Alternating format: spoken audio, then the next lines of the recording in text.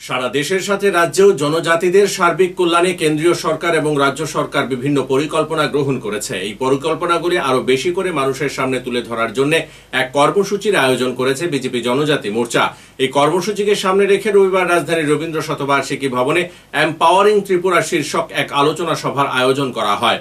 এই আলোচনা সভায় প্রধান বক্তা হিসেবে উপস্থিত ছিলেন প্রদেশ বিজেপি সভাপতি তথা রাজ্যসভার সাংসদ রাজীব ভট্টাচার্য। তিনি বলেন, কেন্দ্রীয় সরকার ইতিমধ্যেই রাজ্যের ধলাই জেলাকে জনজাতি অধ্যুষিত জেলা হিসেবে ঘোষণা করে বিভিন্ন প্রকল্প গ্রহণ করেছে।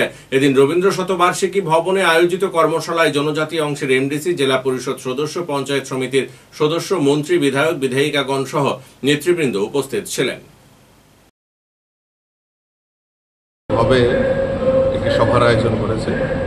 এই সভার মূল উদ্দেশ্য হলো যে আমাদের সরকার এই রাজ্যে প্রতিষ্ঠার পর এই রাজ্যের জনগণের জন্য, বিশেষ করে জনজাতি এলাকায় যে ডেভেলপমেন্ট কাজগুলি হয়েছে, আমাদের সরকার, আমাদের রাজ্যের মাননীয় মুখ্যমন্ত্রী প্রফেসর ডক্টর মানিক সাহাজি হোক, আর আমাদের কেন্দ্রের দেশের যশস্বী প্রধানমন্ত্রী নরেন্দ্র মোদীজি এই রাজ্যের সার্বিক বিকাশের জন্য এবং জনজাতি বিকাশের জন্য যে কাজগুলি করেছে, সেই কাজগুলি জনসমক্ষে তুলে ধরার জন্যই আজকের এই বিশেষ আয়োজন করা হয়েছে। এবং এটা রাজ্য স্তরে হচ্ছে, তারপর জেলা স্তরে, মণ্ডল স্তরে, সমস্ত জায়গায় জনজাতি মোর্চার উদ্যোগে জনজাতি বিধায়ক, বিধায়িকারা সবাই মিলিতভাবে এই কাজগুলি জনসমক্ষে তুলে ধরার জন্য আগামী দিনে একটা পরিকল্পনার জন্যই আজকের এই বিশেষ বৈঠক এখানে ডাকা হয়েছে। জনজাতিদের উন্নয়নের জন্য কেন্দ্রীয় সরকার বা রাজ্য সরকার কি কি পদক্ষেপ নিয়েছে সেগুলি তো আমাদের মিটিংয়ে আলোচনা হবে।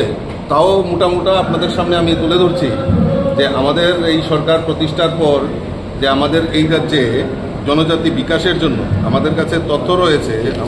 আমাদের সরকার জনজাতি বিকাশের জন্য শুধু কথাই নয়, স্লোগান নয়, জনজাতিদের সার্বিক বিকাশের জন্য বিভিন্ন পরিকল্পনা আমাদের এই রাজ্য সরকার রয়েছে। ইতিমধ্যে আমাদের দেশের যশস্বী প্রধানমন্ত্রী নরেন্দ্র মোদীজি যেখানে আমাদের যেই জনজাতি ডিস্ট্রিক্ট রয়েছে, আমাদের ধলাই ডিস্ট্রিক্ট, সেই ধলাই ডিস্ট্রিক্টকে ইন্সপিরেশন ডিস্ট্রিক্ট ঘোষণা করে সেখানে আর্থিক প্যাকেজ এবং জনজাতিদের বিকাশের জন্য যা যা করণীয় সেই কাজগুলি করছে। এবং আর্থিকভাবে সচ্ছলতা যাতে ফিরিয়ে আসে, চাহে এডুকেশনের পারপাসেই হোক, চাহে আমাদের জনজাতিদের উন্নয়নের বিকাশের ক্ষেত্রেই হোক, আমাদের দেশের যশস্বী প্রধানমন্ত্রী নরেন্দ্র